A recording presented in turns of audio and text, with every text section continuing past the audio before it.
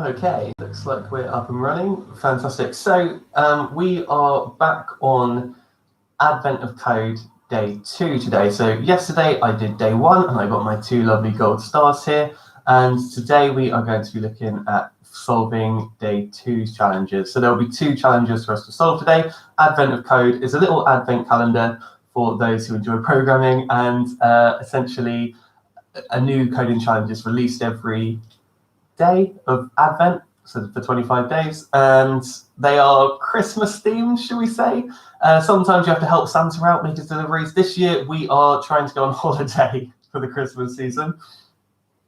I believe, why were we earning stars yesterday? We were earning stars to the elves in accounting. Before we could leave for our holidays, we had to fix our expense report.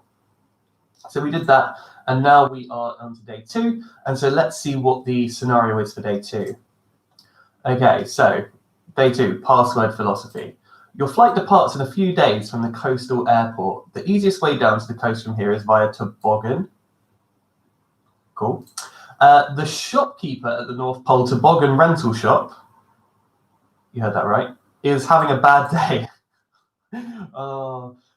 Something's wrong with our computers. We can't log in. You ask if you can take a look. Their password database seems to be a little corrupted. Some of the passwords wouldn't have been allowed by the official Toboggan corporate policy that was in effect when they were chosen. To try to debug the problem, they have created a list, which is our puzzle input that we'll get shortly, of passwords according to the corrupted database and the corporate policy when that password was set. So here's some example data for us. We have 1 to 3, A, and then a colon, and then A, B, C, D, E. And then we've got 1 to 3, B, colon, C, D, E, F, G. And then we've got 2 to 9, C, colon, C, C, C, C, C, C, C. So let's see what this is all about. Each line gives the password policy and then the password. The password policy indicates the lowest and highest number of times a given letter must appear for the password to be valid. For example, 1 to 3A means that the password must contain A at least 1 time and at most 3 times. In the above example, 2 passwords are valid. So let's have a look here. So this password here has to include A at least 1 time and can't include A more than 3 times. So we've got A, B, C, D, E. We've only got 1 A, so this password is valid. This password here, B, it has to have B at least once and a maximum of 3. Let's have a look. C, D, E, F, G. No B, so this would not be valid. And then we've got 2 to 9, C. So C, C, C, C, C, C, C, C, C. So that's 9 Cs. So this would be valid just because we are allowed to go up to 9. In the above example, 2 passwords are valid. The middle password is not. It contains no instances of B, but needs at least 1. The first and third passwords are valid, just like we went through. How many passwords are valid according to their policies? Okay, to begin, get your puzzle input. Let's see what this looks like. Oh no, look at all of this. Okay, so there's a lot of passwords here. I'm just going to keep scrolling. Yeah, this is a lot of data. Not something a human being wants to be doing. If only we could make a computer do this for us. That's what we'll be doing today. Fantastic. Okay, so let's ignore all of this for the time being.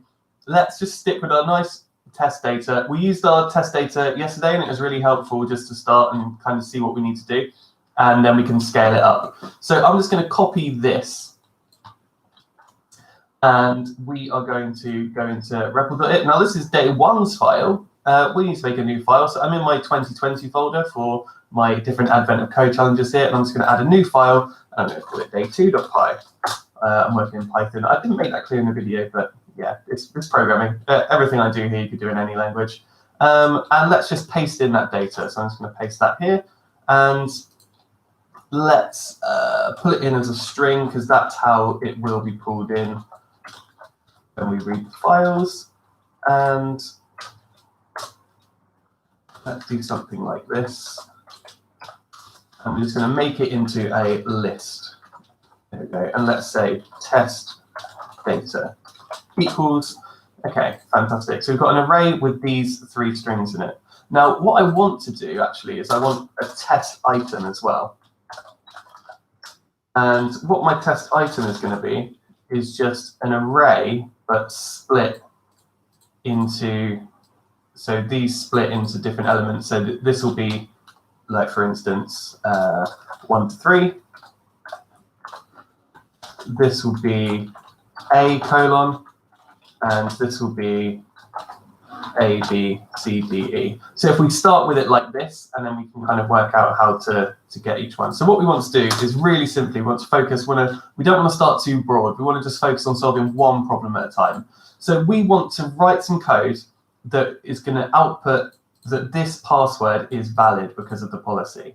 Okay, we're going to give it this test item. It's going to look at 1 to 3. It's going to look at A. It's then going to count the amount of A's in here. Now, one thing I do need to know is, does the puzzle output have more than one letter here? So let's just check. Is it ever checking for more than one letter? No, no, no, no, no. No, it doesn't look like it. Okay, fantastic. So they're always a single letter. Some of the numbers go into double digits. That's fine. Some of the passwords are quite long, like this one's got loads of J's. But it looks all fine. Okay, fantastic. So what we can do is we can just take the first character of this here. So let's start getting some variables into the mix. So we are going to get our times. So we're going to have a minimum and a maximum time. So our times are going to be equal to our test item at position 0, and we're going to split it, so dot split, on the hyphen. Okay, so what that's going to do is it's going to take the 1 and put that into its own element, and it's going to take the 3 and put that into its own element. So times behind the scenes will actually look like this: 1 and 3. After we've written, after we've written this. So this test item, the thing at position 0. So the thing at position 0 is here in our list. Okay, so that's what test item 0 means. So take that item here. And then split is going to take this item, this string, and it's going to put each thing, every time it finds a hyphen there, it's going to split the things either side of it into their own elements in an array, like it is down here. So that's what it'll look like. So we're then going to have our minimum time. Now I'm doing this in quite a few variables. You wouldn't have to kind of do this as explicitly as this, but it's just kind of making it really clear to you how we're solving this. And then we're going to have a maximum time equals times 1. So back when I had this times, so if we think about this in terms of it actually being like this, so times 0, thing at position 0 will be this, and then times 1 will be this. Okay, so we've got our minimum time and we've got our maximum time. So now what we're going to do is, do you know what? I've been working in JavaScript today, and you can tell because I'm putting semicolons everywhere. Let's get rid of them. Let's do a little loop through our third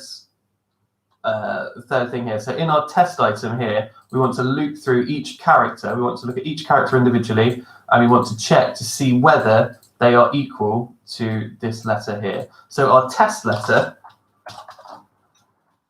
is going to be equal to the thing in our test item at position 1, because this is at position 0 here, this 1 to 3.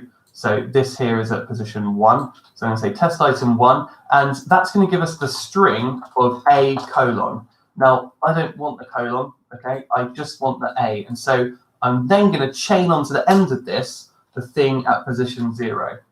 So we're saying test item, thing at position 1, so this, and that thing at position 1, I just want the thing inside that at position 0. So we're just taking this A, that's at position 0 in this string. This string has 2 items, A at position 0 and colon at position 1.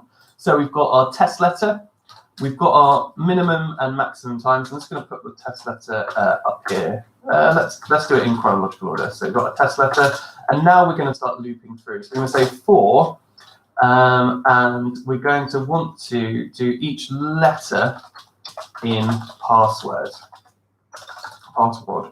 Okay, and what this is going to do is create a little loop where each time it goes round, this letter will become a new value in this string, starting at A, and then as it goes around the loop again, it will go to B, C, D, E, and once it gets to E, it will finish when we've run out of letters.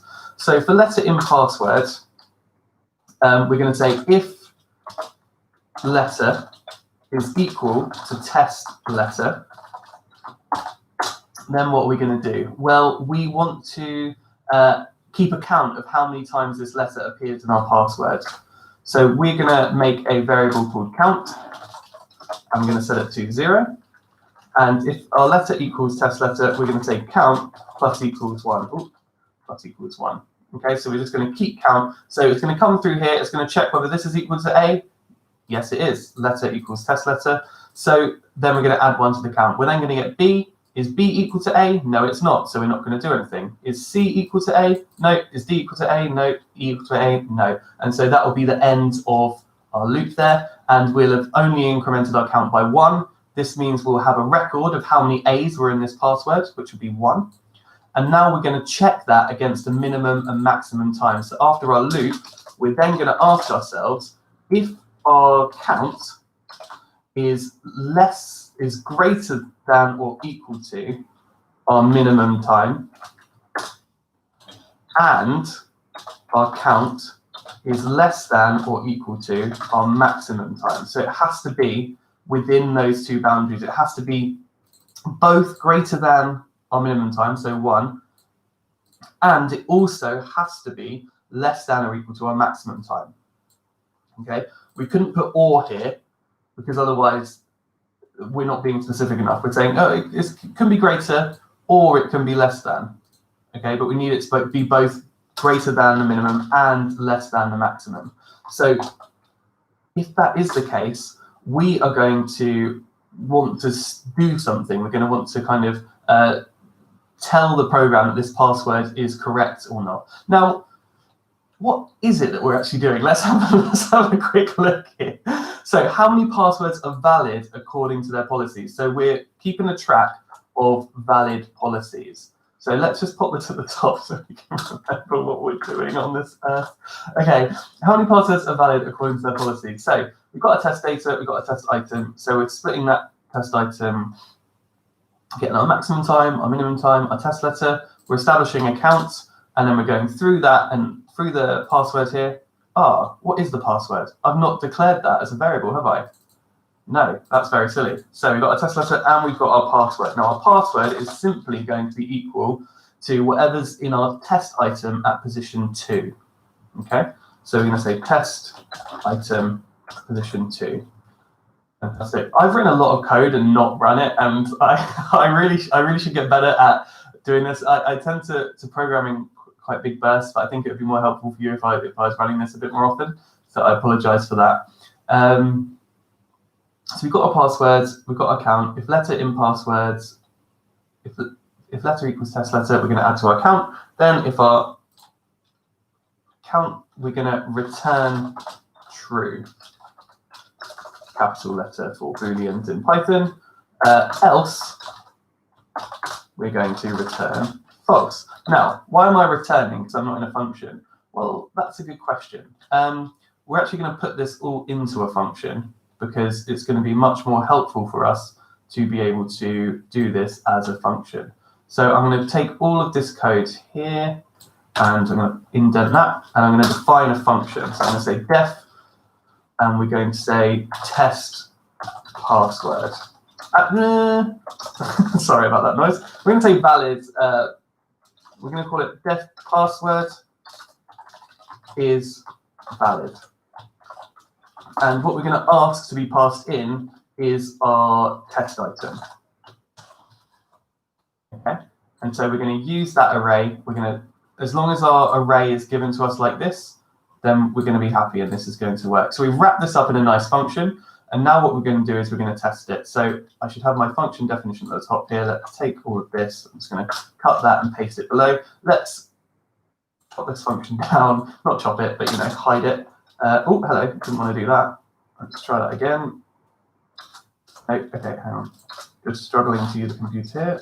There we go. Okay, fantastic. So let's come back here and let's paste these down. Okay, so we've got a test data, we've got a test item. Now what I'm going to do, instead of saying test item equals this, what I'm going to do is I'm going to say test item equals test data dot at position 0 dot split. So just like we did in the function there when we wrote our code to split on the hyphen. Okay, I'm going to use the split again here. So I'm going to say the thing at position 0. I want to take this, and every time I see a space, I want to split whatever was before and after the space into its own array. And so I'll end up with what I had in that earlier. If I go back to, oh, too far. Go back to this, I'll have this, but it will just be doing it programmatically rather than me writing it out, which is going to be much better. So we're going to split on the space. So every time there's a space, it's going to split these into a new array, and we'll end up with 1 to 3 as an element in the list, a colon as an element in the list, and A, B, C, D, E as an element in the list. And then we're going to say password is valid, and we're going to pass in that test item. I've called this test item up here, and password is valid, so I'm just going to make the distinction that these are two different things, and I'm going to call this test array. Test list, test password. Let's call it test password. Fantastic. So I'm going to pass into our password is valid, our test password. And what I'm going to do is I'm going to say result equals, because we're returning a result. So when we return from a function, when we say return, that value gets placed wherever we use the function. So result will either be equal to true if this function returns true, or false if this function returns false. So we're going to have our result there, and we're going to print out our result. Fantastic. So let's run that. And I've not told it to run day 2. I've told it to run day 1. How very clever of me to put a little print line in that first one. Let's just take this and copy that print line, advent of code day 1, and let's pop that in here just so that I know what day I'm doing. And let's go into the .repl.it folder, and we're going to update this to day 2. Okay, so now let's run our day 2 code. Lovely, and there is an error. Int and string. It's not happy that I'm comparing integers and strings. That's because, of course, our maximum time and our minimum time, they are stored as strings. So we just need to say int of those.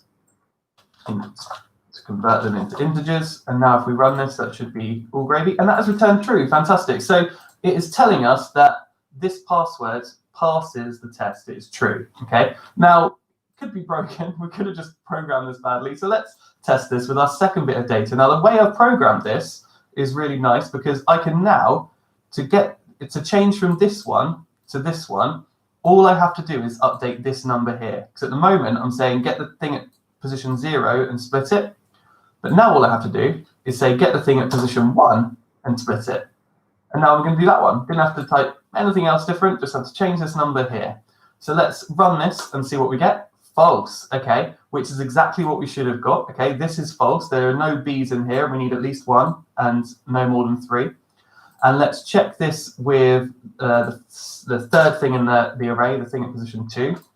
And it's true again. Okay, fantastic. So our password is valid test is working just fine. Now, what we need to do is we need to loop through, we need to get the program to loop through each of these and make a count of how many. We don't want to run these one at a time. I'm not going to sit here and be like 3001, 3002, 3003. What we're going to do is we're going to get the program to do it for us. So we've got our test data here, and what we're going to do is we're going to say for, what should we say, for I in range. So this is going to count from between 0 up to the length of our test data. So the length of our test data is 3 at the moment, because we've got 3 elements in this list, 1, 2, and 3. And it's going to go up to, but not including 3. So this is really handy, because this is at position 0, this is at position 1, and this is at position 2. And so when it gets to 3, it's just going to stop. It's not going to try and look for 3. If it did try and look for 3, our program would crash. But that's OK, because it's not going to happen. OK.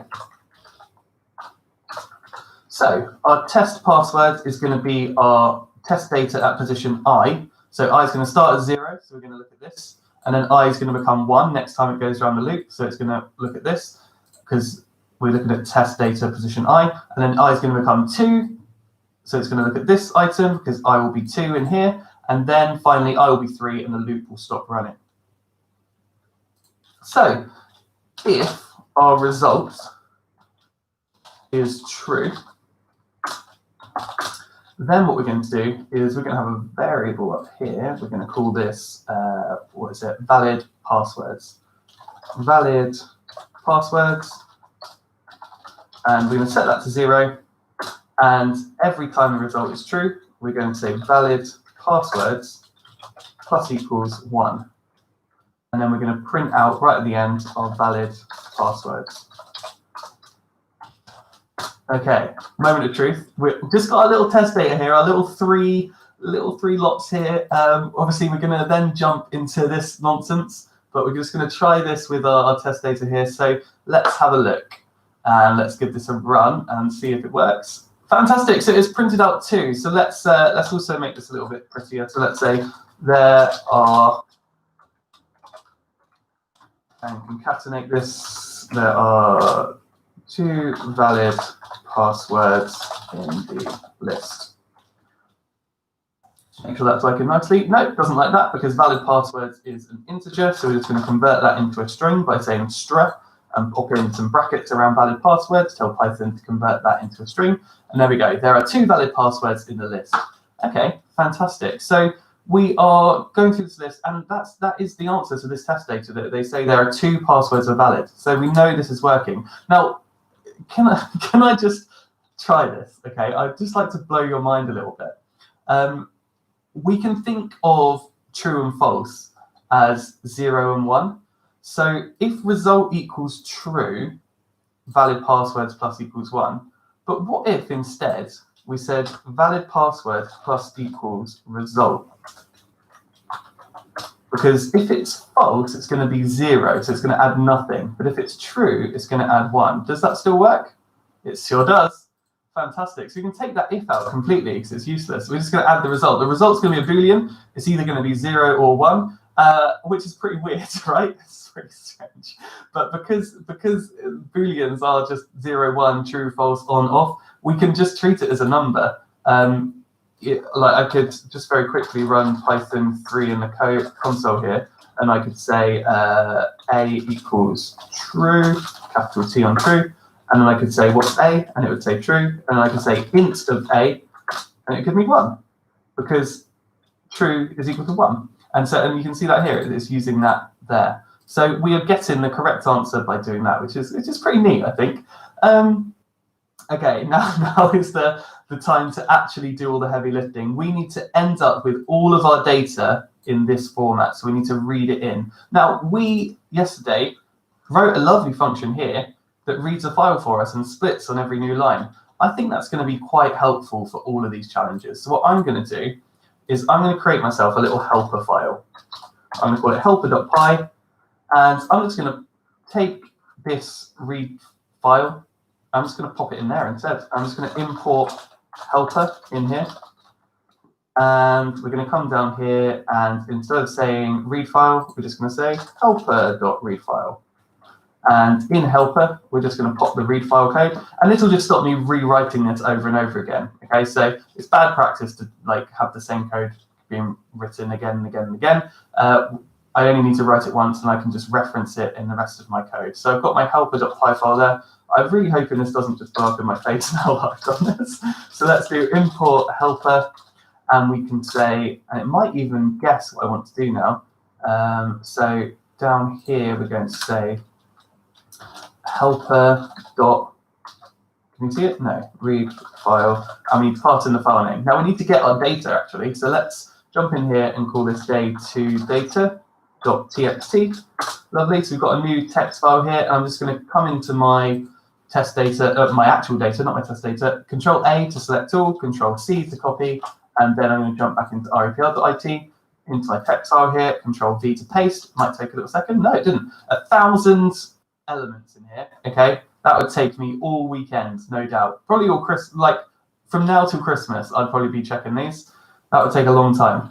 But we don't need to do that because we've written a program, which is fantastic. So let's give this a whirl. So we want to say helper.read file, and we are going to give it the name of our file. So we're going to say day2data.txt.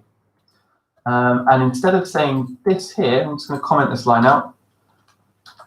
We're going to say our test data is equal to helper.read file. I'm just going to leave that there just in case we need to do any crazy debugging, but that should now be our test data. And so now, because all that's really changed is how we're getting our test data, all the rest of the program still works fine. That's all fine. We've programmed this knowing how we want our data to be, and we just updated the way that we get our data. Instead of having this array written out like this, we're using code to actually read in the data from an external file. But all the other code is still working, and if I hit run, it doesn't work. No such file or directory day2 data. Oh, I did this yesterday as well. I'm absolute dirt. Let's come into, where am I reading it? There it is. Okay. Instead of day2 data, I need to say it's in the folder 2020/day2 data. Okay, let's run that. There are 454 valid passwords in the list. Do we believe it? Is this the right answer? Let's have a look. 454. Let's come into here. Oh, the stone of truth. This is what I live for in December. Getting these little stars. Just when I hit the submit button, I'm all about that. Please. We did it! We did it! Oh, I'm so happy. Fantastic. That's the right answer. So we've written a lovely little program here that will test whether these passwords are valid. Now, what I would like to do is very quickly, actually, let's see what step 2 is. I'm not going to refactor this code until we see what part 2 is. So let's have a look at part 2 and see what that does.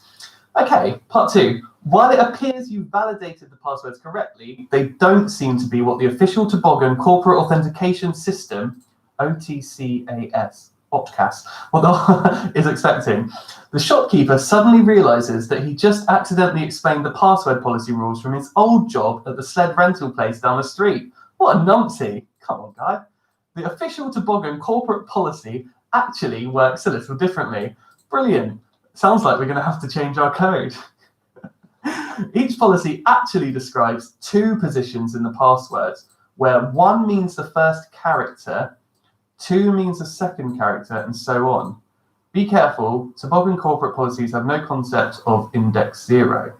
Okay, so you know how this whole challenge I've been like, yes, and this thing in this array, where is it? This thing in this array, this is at position 0. Well, apparently corporate policy doesn't, it calls this position 1, not position 0. So we'll have to think about that. Exactly one of these positions must contain the given letter. Other occurrences of the letter are irrelevant for the purposes of policy enforcement. Given the same example list from above, 1 to 3A, A, B, C is valid because position 1 contains A and position 3 does not.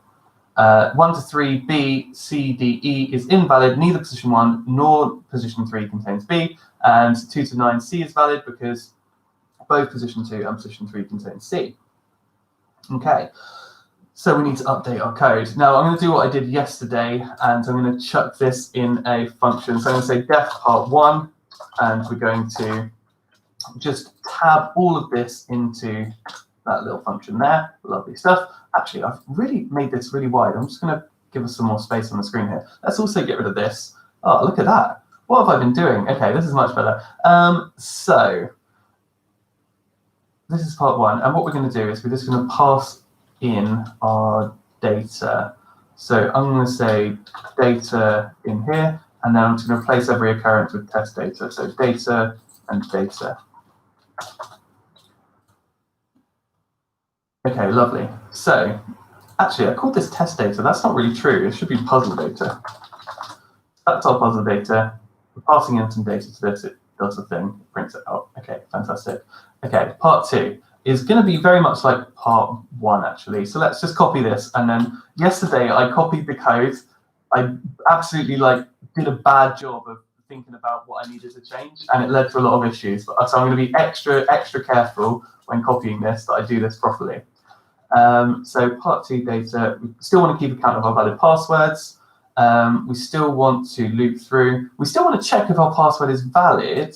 We're just changing the rules to what is a valid password. Actually, we don't need to check. We don't need a part 2. We just need to change our password is valid. Okay, fantastic. So let's call this check passwords. And we give it some data. Okay, so we can run check passwords by saying check passwords and then giving it our puzzle data. Now, our passwords is valid function is now incorrect because actually we need to change this. They've changed the rules on us. So instead of it being these are the amount of occurrences we need, a minimum of 1 and a maximum of 3, these are actually positions. So it has to be at position 1 or position 3. So we just need to change how we do this. Now, I'm loath to just erase this code. So let's do password is valid. Let's give this a really stupid name, such as in old system. And we'll also have a password is valid in new system. Just, you know what? If someone comes to my door and they're like, how did you solve part 1? I need to have it there, you know? Oh, you just never know. Password is valid. Okay, and we're going to also pass in a test item. And we're going to have all of this code here. Okay, now, our times are still going to be the same. We still want to split our minimum time and our maximum time, but these are now going to be positions. So this is going to be position, let's say first position, and this is going to be second position.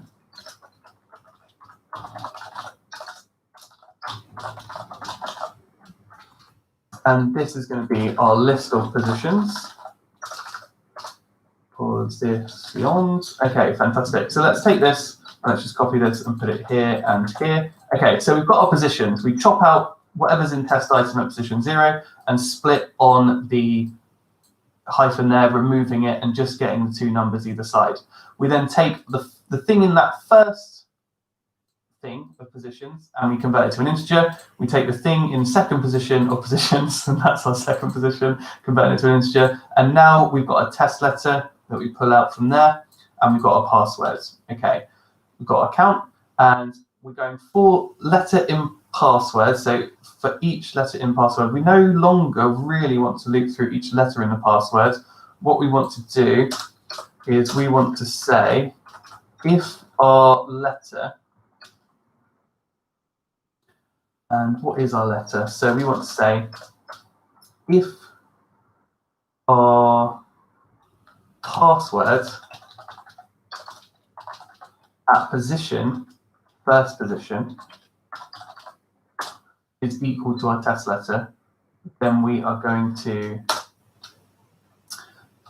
increase our count by 1. Elif, so else if, I hate elif, I don't know why Python has done that, it irks me all the time. Actually we could do an or here, we don't need an elif. Do if password first position is equal to test letter, or it doesn't have to be both, but it can be one or the other. So, or passwords at second position. And I've named these variable names beautifully. It just rolls off the tongue. I'm not being sarcastic either. It genuinely is a pleasure to be working with these variable names. I'm loving it. Okay, we're going to say count plus equals 1. And that's all we need to do. We can get rid of this. Okay, so we've got our positions, we split them into first position and second position. We've got a test letter that we're testing it against. We've got our passwords, and we're looking at specific positions in that password to see whether they're equal to the test letter or not. If they are equal to the test letter, we're going to add, we don't need to add 1, we just return true, right? Let's have a look. It's valid. Yeah. Okay, cool. So in here, we're literally, instead of having a count at all, as long as one of those is equal to the test letter, we're like, yeah, great, that is fine. So we're going to return true here. Else, we're going to return false. We have to return something, otherwise it won't be happy. It will get a value of none, and don't want to end up with that. Not a null value. Oh, okay, right, fantastic. So we've got our password is valid in the old system, just archived there, just in case, it's ready to go in case we need it. But our check passwords, actually, we want to use the password is valid, not the check password is valid in the old system. In fact, what I could do is I could add in a second thing that we pass into this function called system, and we could say something like if system equals old, then we will store our result. We'll get our result from password is valid in old system. Look at this. This is over, both simultaneously over and under engineered at the same time. What an absolute treat. Otherwise, we're going to say result is equal to password is valid test password. And we're going to set a default value for system to say always use the new system unless we tell you to use the old system. So what this is going to do is it's going to allow us to do the following. We're going to say check passwords, pass in the puzzle data, and we can pass it the string old. And what that will do is it will go into this check passwords here. And if our system is old, we're going to use the password is valid in old system function that we wrote at the start for part 1.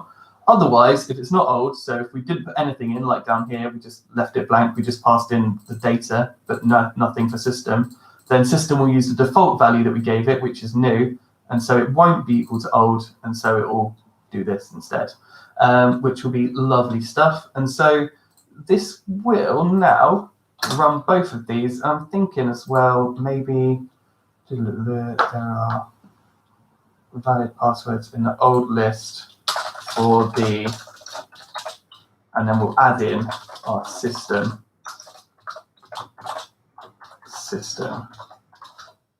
Okay, so let's hit run and see what happens.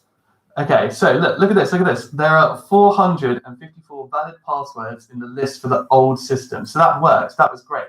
So that's got our answer for question 1 using the old validation system. Okay. Now it crashed. It did crash because I forgot something very important, and I did it totally intentionally. It's a little learning exercise. So it says here in brackets, be careful. Toboggan corporate policies have no concept of index 0. Whoops. Okay, so we did not bear that. Well, I did not bear that in mind. I'm not going to blame you. So where did we do it? Oh, password is valid. Yeah. So in password is valid up here, we've got our first position, which could be a 1. Okay. If it's a 1, it means the thing at the start of the list. Okay. But actually, the thing at the start of our list is at position 0, not a position 1. So we need to take away 1 from each of these because they are 1 too far up the list, because our lists are starting at 0. So this would be at position 0, not position 1. If this is 1, we actually want position 0. So we're going to take 1 away from 1 to get 0. I hope that math wasn't too hard to follow. And then if the second position is like 3, we don't actually want position 3, because this, if we start at 0, this is 0, 1, 2. This is at position 2. So we need to minus 1 from this as well. So if we do that and we'll bam, run. Oh my goodness, look at this. There are 454 valid passwords in the list for the old system. There are 826 valid passwords in the list for the new system. So it's able to distinguish between the two systems, even though I've only written 1 check passwords function, but I can just tell it whether to use the old system or not. And that works like an absolute charm. 826, it's the moment of truth. I'm so excited. Okay, here we go. 826 for the win. Here we go. Is this correct? No. Your answer is too high. Oh, this is the most depressing page to ever get to. Okay, if you're make sure you're using the full input data. There also okay, yeah, cool. Let's return to day 2. It will also time you out if you keep entering in things. It will like make you wait a couple of minutes. So don't try and brute force this. So something's not working properly here. 826. So let's just check our password is valid. So if password at first position, and our first position is that -1, is equal to test letter, and our test letter is our test item position 0. Let's just reread through here, actually. Let's just double check. It's valid. Position 1 contains A, and position 3 does not. invalid. Neither position 1 nor position 3 contains a B, sure. And this is invalid. Both position 2 and position 9 contain C. Oh.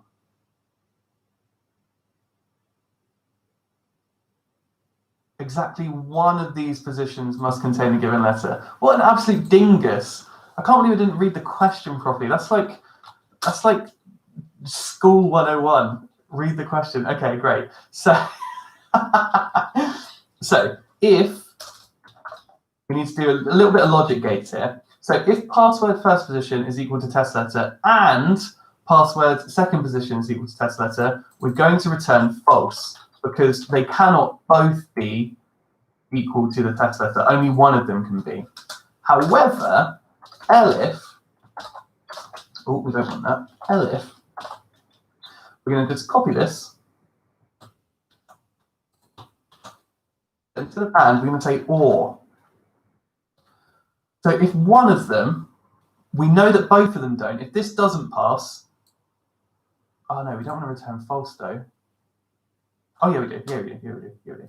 So if this doesn't pass, if both of them are not equal, then we know that one of them could be. So we're going to check to see whether this one is or this one is. It doesn't matter which one is, because we know both aren't. Because if it fails the and, I'm too excited about this Boolean expression. If it fails this, then we know that both of them aren't.